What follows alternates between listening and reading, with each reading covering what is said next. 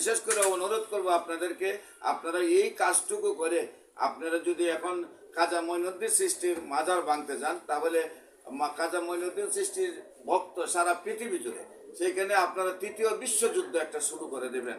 আপনারা টিকতে পারবেন না, কারণ যারা মাজার যেখানেই ভেঙেছে দলবদ্ধ দলে দলে মানুষ গিয়েছে, আবার তা উদ্ধার করেছে।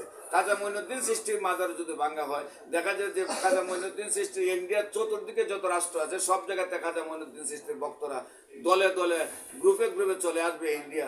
তখন যারা ভাঙবে তারা কিন্তু অস্তিত্ব থাকবে না, এমনকি এই বর্তমান মোদী সরকারেরও অস্তিত্ব নাও থাকতে পারে। সেই জন্য আমি অনুরোধ করব যে যারা এই চক্রের সাথে জড়িত তারা সেই রাস্তা থেকে ফিরে আসুন, আর যারা প্রশাসনের বাইরে আছেন তারা যেন এই চক্রকে শাসন করে একটু সুন্দর রাস্তায় নিয়ে আসেন। তারা যেন বুঝতে পারে যে মাজার ভাঙ্গার নাম ইসলাম নয়, মাজার সংস্কার করা মানে ইসলাম নয়, বরং মাজার ভাঙ্গা মানে আপনার ইসলামের যে মূল সংস্কৃতি, আমরা এশিয়া উপমহাদেশের মানুষ যে ওলিয়া উলিয়াদের মাধ্যমে ইসলাম পেয়েছে, সেই সংস্কৃতিটা ধ্বংস করা।